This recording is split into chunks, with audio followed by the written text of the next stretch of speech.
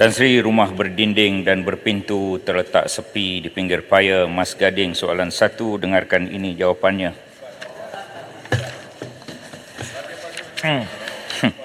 Untuk makluman yang berhormat, pada tahun 2024, sebanyak 10 bilion ringgit disediakan untuk program STR, Sumbangan Tunai Rahmah, bagi memanfaatkan hampir 9 juta penerima. Tahun 2023, 8 bilion ringgit, tahun 2024, 10 bilion ringgit. Program ini merupakan bantuan kerajaan kepada golongan berpendapatan rendah serta sederhana, kurang daripada RM5,000 dan ke bawah, yang benar-benar berkelayakan dan memerlukan bagi mendepani cabaran kos sara hidup. Penyampaian perkhidmatan terutamanya melibatkan golongan sasar sentiasa menjadi keutamaan kerajaan, dan pemakluman berhubung status kelulusan permohonan STR dan pembayaran STR akan dipastikan sampai kepada pemohon melalui 3 cara.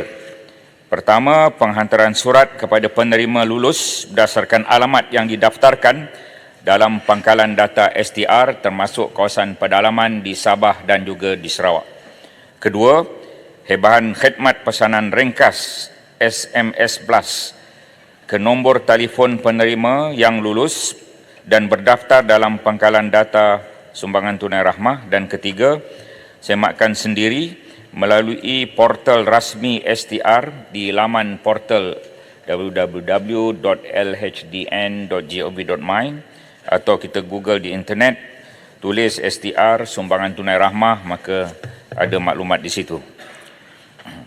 Bagi tujuan kemaskinian maklumat atau permohonan baharu STR, ia juga boleh dibuat secara berkelompok melalui agensi kerajaan seperti Jabatan Kebajikan Masyarakat, Pusat Khidmat Wakil Rakyat dan Persatuan Penduduk yang mewakili komuniti setempat.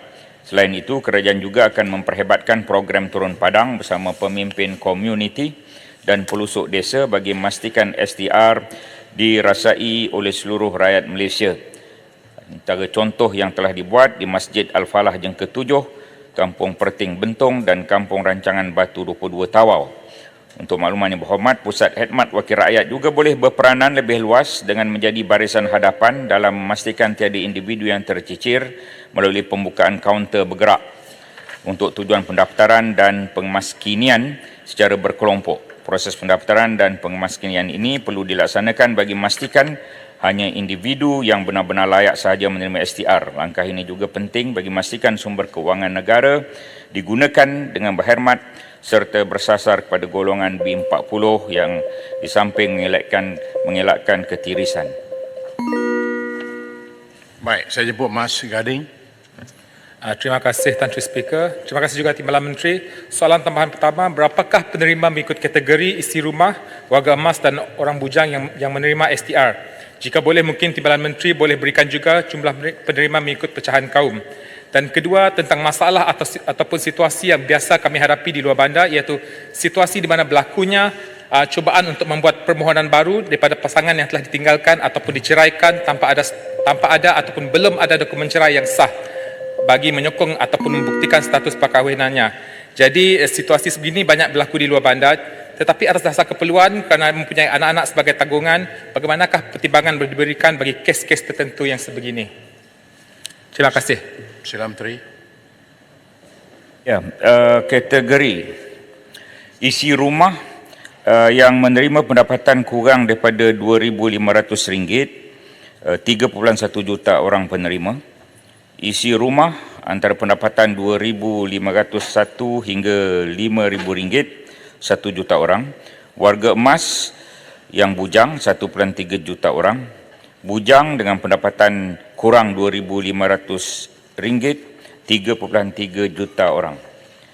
Mengikut kaum, ya, Bumiputera Sabah Sarawak penerima STR 1.1 juta atau 13%, Melayu 5 juta orang 57%, masyarakat Cina 1.6 juta orang atau 18%, India 0.7 juta orang atau 8%, dan lain-lain 0.3 juta orang atau 4%, jumlahnya 8.7 juta orang. Mengenai apa yang ditanyakan oleh YB Mas Gading, kita juga ingin boleh mendapatkan status perkahwinan itu daripada data Jabatan Agama Islam Negeri, data JPN untuk bukan Muslim. Selain itu, boleh kemukakan dokumen secara fizikal di cawangan-cawangan lembaga hasil dalam negeri. Terima kasih.